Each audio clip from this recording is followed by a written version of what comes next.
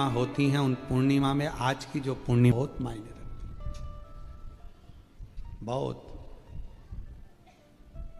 हम फिर निवेदन करेंगे, आज की जो पूर्णिमा है, प्रयास करो भोलेनाथ जी को एक श्वेत चावल का दाना शंकर भगवान को समर्पित जरूर करो।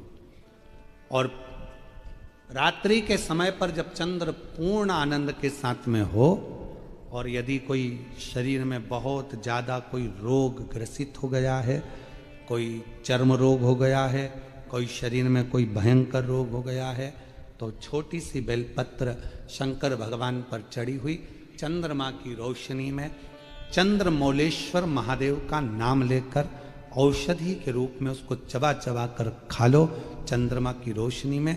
उससे वो औषधि का काम करेगी और तुम्हारे रोगों को समाप्त करेगी। चंद्रमौलेश्वर महादेव का स्मरण। कौन से महादेव?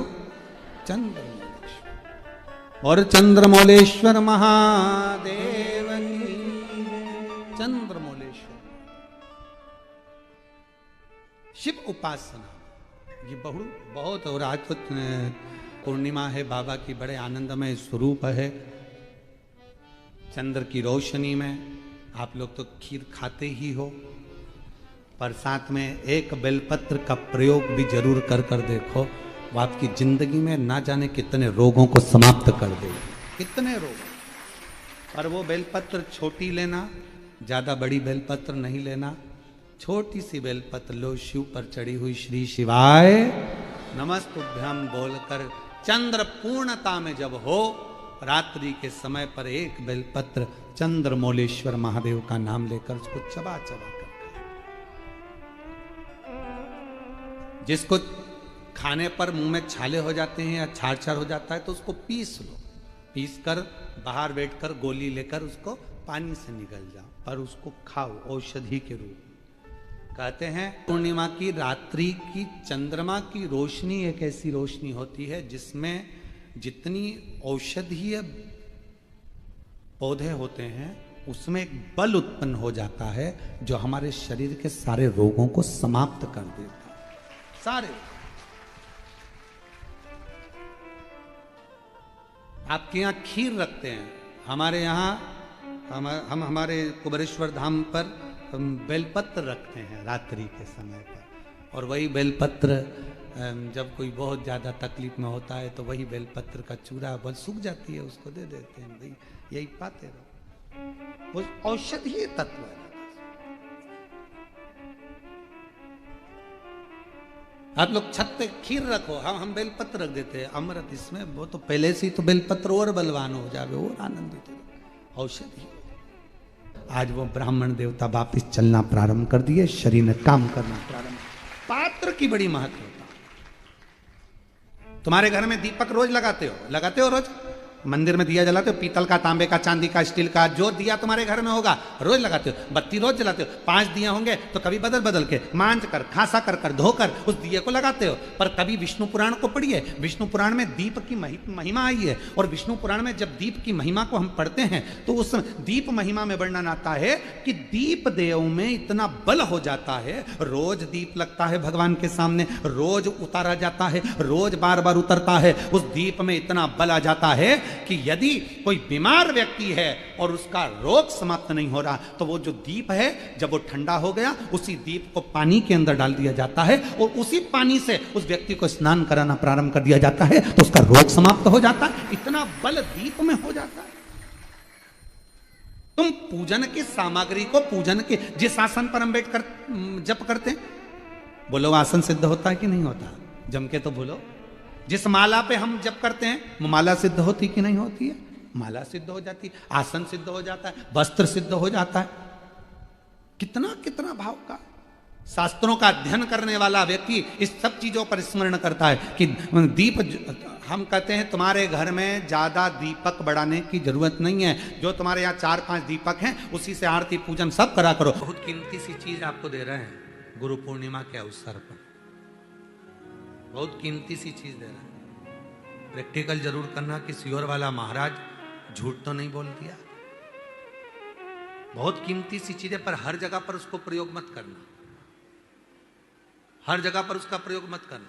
उसका प्रयोग करना जब बहुत ज़्यादा उलझन में हो, बहुत टेंशन में हो, बहुत तकलीफ में हो, और तुमसे कोई भिड़ रहा है, तुम्हारे ऊपर आक्षेप कर रहा है, तुमको बहुत तकलीफ दे रहा है, और उस समय पर तुम अगर कुर्सी पर बैठे हो, सोफे पर बैठे हो, सिंहासन पर बैठे हो, तो अपने पुरुष अपने सीधे पांव का और महिला अपने उल्टे पांव का अंगूठा पृथ्वी पर टिकाकर अशोक सुंदरी का स्मरण कर ले। उतनी देर में आपका जो मन का टेंशन है, चिंता है, जो सामने उलझन आकर खड़ी है, 7 से 8 मिनट लगता है, धीरे धीरे धीरे धीरे हल होना प्रारंभ हो जाता है। मां त्रिपुरा सुंदरी जब माता सुख सुंदरी के स्वरूप का दर्शन करी, मां त्रिपुरा सुंदरी जब मां सुख सुंदरी के स्वरूप का दर्शन करी, विद्या महाविद्या माता त्रिपुरा सुंदरी स्वरूप का दर्शन करी, अशोक सुंदरी। और किस समय पर दर्शन करा? जब मां पार्वती की गोद में माता अशोक सुंदरी बैठी हुई थी। और माता पार्वती जी की गोद में जब अशोक सुंदरी बैठी हुई थी और त्रिपुरा सुंदरी को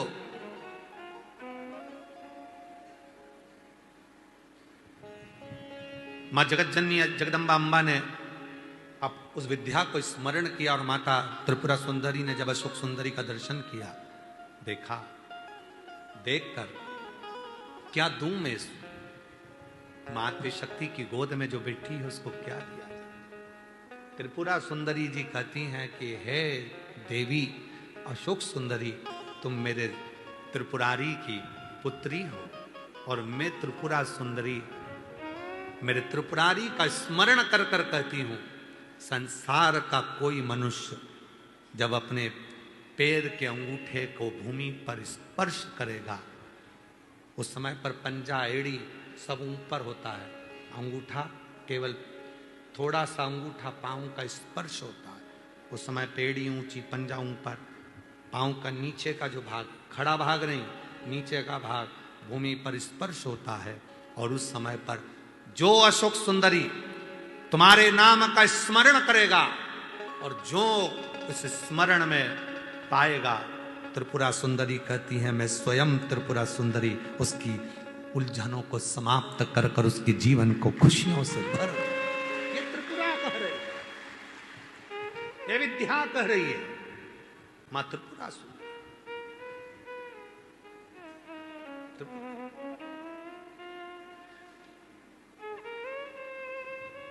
कितना कितना महाराज आप लोगों से निवेदन करें, बहुत विनय। शरीर में रोग आ गया ना, अजान दो, बीमारी, वो बहन से मिलो जिस बहन को सारे डॉक्टरों ने कैंसर कह दिया, शरीर में कैंसर फैल गया, कीमो तक लगवा लिए, डॉक्टर कहा कीमो तक लगवाए, दवाइयां ली, कीमो करवाए, और कितने 7-8 कीमो करवा लिए, तब भी फिर डॉक्टर ने कह दिया 6 महीने की मेहमान। कीमो हो गए, इलाज हो गया, वो अभी आई थी, कीमो हो गए, इलाज हो गया, और फिर डॉक्टर ने कह दिया 6 महीने की मेहमान है, घर ले जाओ। घर ले गए, विचार करा, एक बार सीहोर आए, रुद्राक्ष लिया, कंकर शंकर पूजन कर ली, घर गए, लोटा भर के जल चढ़ाना प्रारंभ करा, जल पीना प्रारंभ करा, रुद्राक्ष का जल लेना प्रारंभ करा, फिर विचार करा अब एक बार दिल्ली जांच करा लेते हैं। फाइल लेकर दिल्ली पहुंच गए, और दिल्ली के कैंसर हॉस्पिटल में जैसे ही फाइल दी और डॉक्टर ने जैसे ही फाइल देखा, जांच करी, और जो जांच करना प्रारंभ करी, अंदर से पानी निकालकर जो जांच करना प्रारंभ करी, तो डॉक्टर ने सारी फाइल नील कर दी। शरीर में एक रत्ती का भी कैंसर नहीं है, पूरा कैंसर समाप्त है, कोई कैंसर। विश्वास। अभी हम उनसे पूछ रहे थे कि बाबा पर तुम्हारा इतना भरोसा? हाँ, आपने कहा था सुख सुंदरी वाली जगह पर हाथ लगाना, और हाथ लगाकर अपने शरीर पर लगाकर श्री शिवाय नमस्तुभ्यम कहना। मैं रोज करती हूँ, प्रतिदिन करती हूँ। वो कह रही थी मेरा छोटा सा बच्चा, डॉक्टर ने 6 महीना दे दिया, मेरे बाबू को कौन संभालेगा, मेरे बच्चे को कौन संभालेगा, मेरे बेटे को कौन संभालेगा, जिसको उसका पति गोदी में रखा था। मैं अपने अशोक सुंदरी की जगह पर हाथ रखकर कहती थी बाबा मेरे बच्चे के लिए मुझे प्राण वापिस दे दे। कौन सा? कौन? महाराज, वो तो आज का समय हो गया जो कई मंदिरों में भगवान शंकर के शिवलिंग को स्पर्श नहीं करने देते। कई मंदिरों में भगवान शंकर के शिवलिंग को स्पर्श नहीं करने देते। शिव पुराण की कथा कहती है, जब स्त्री हो, पुरुष हो, बेटी हो, बेटा हो, स्वस्थ हो, बीमार हो, पशु हो, पक्षी हो, जानवर हो, चाहे जलचर हो, चाहे थलचर हो, चाहे वायुचर हो, जब किसी शिवलिंग का स्पर्श करते हैं और याद करते हैं, उसी समय से संकट कटना प्रारंभ हो जाता है।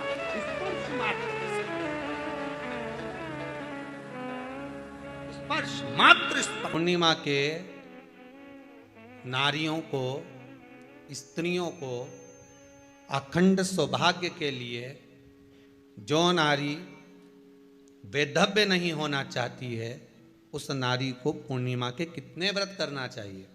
जिस नारी के यहाँ संतान नहीं हो, औलाद नहीं हो, उसको पूर्णिमा के कितने व्रत करना चाहिए? जिस नारी का पुत्र, पति बहुत बीमारी से ग्रसित हो, लग रहा हो कि ये मेरा बेटा बहुत बड़ी बीमारी में घिरा हुआ है, तो नारी को कितने व्रत करना चाहिए? स्वयं भगवान कृष्ण ने माता यशोदा को द्वापर में भी बताया है कि पूर्णिमा के 32 व्रत होते हैं। कितने व्रत होते हैं? 32।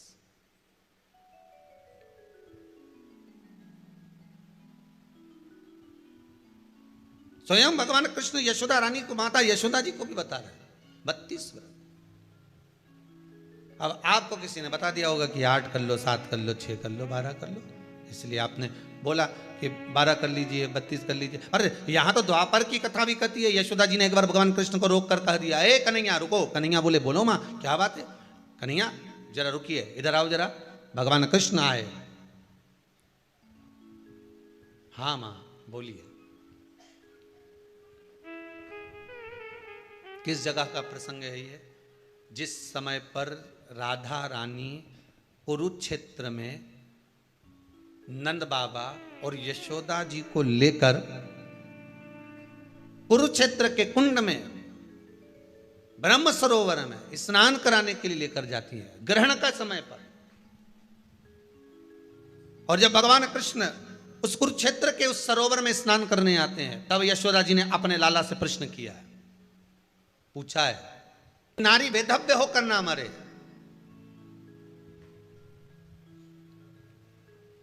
उसका पति कोई रोग से ग्रसित ना हो, उसका पुत्र किसी रोग में ना पड़े। अरे भाई कितना सुंदर संवाद लिखा है। अगर किसी माता का पुत्र मान लो किसी नशे में डूबा हुआ है, कोई नशा कर रहा है और गलत नशा है, आपको लग रहा है कि ये नशे में डूबा हुआ है, आपको लग रहा है कि ये गलत जगह पर डूब गया है, आपको लग रहा है कि मदिरापान में, मांसाहार में या अधिक गांजा आदि का जो भी नशे होते हैं, जितने भी नशे, उसमें डूब चुका है। और माँ उसको समझा रही है, तू नशे में मत डूब, तू इस काम को मत कर, तू ये गलत कर्म मत कर।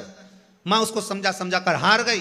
तो मेरा माताओं से निवेदन है, आप उसको समझाना बंद कर दो, एक काम करना प्रारंभ कर दीजिए। हमें जो शिव महापुराण के माध्यम से शास्त्र कह रहा है कि आप 32 पूर्णिमा के व्रत प्रारंभ कर दो। उसमें करना क्या है आपको?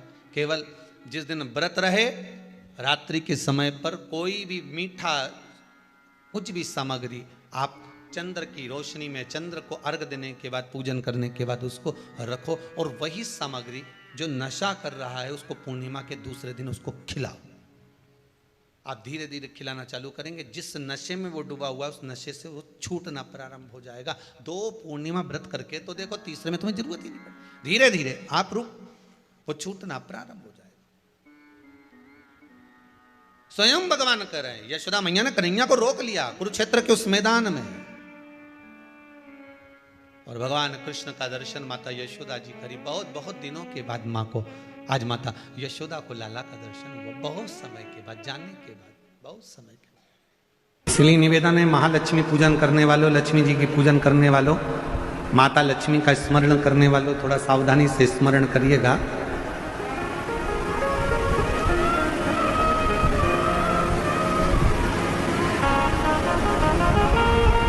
वासुकी नाग की धर्म पत्नी सतशीर्षा।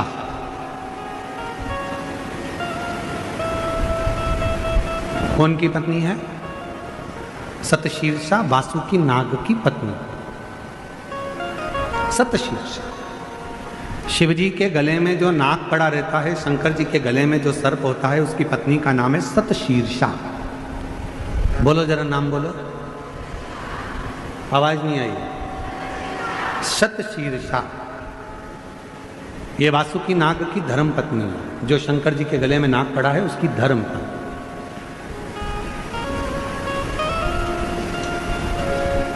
कहते हैं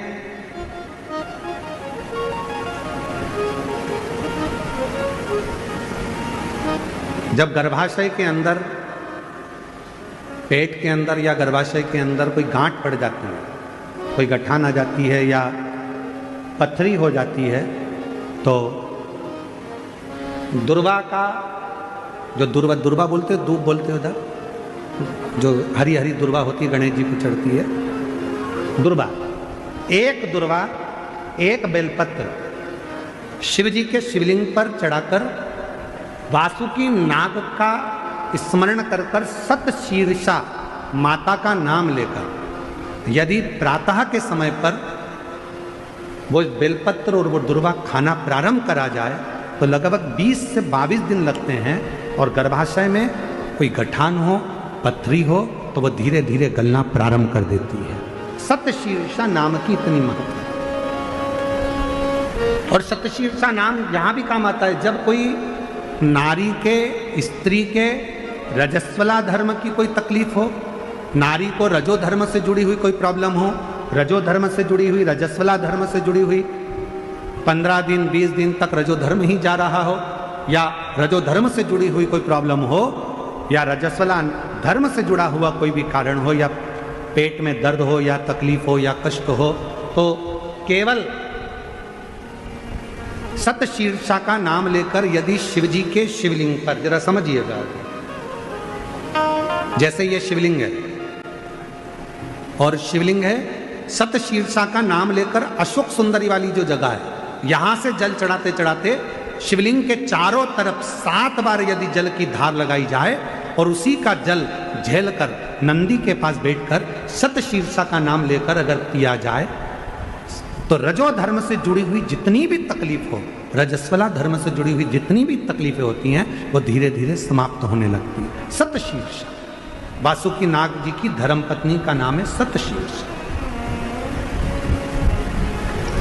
शिव की बड़ी उपासक है सतशीर्षा।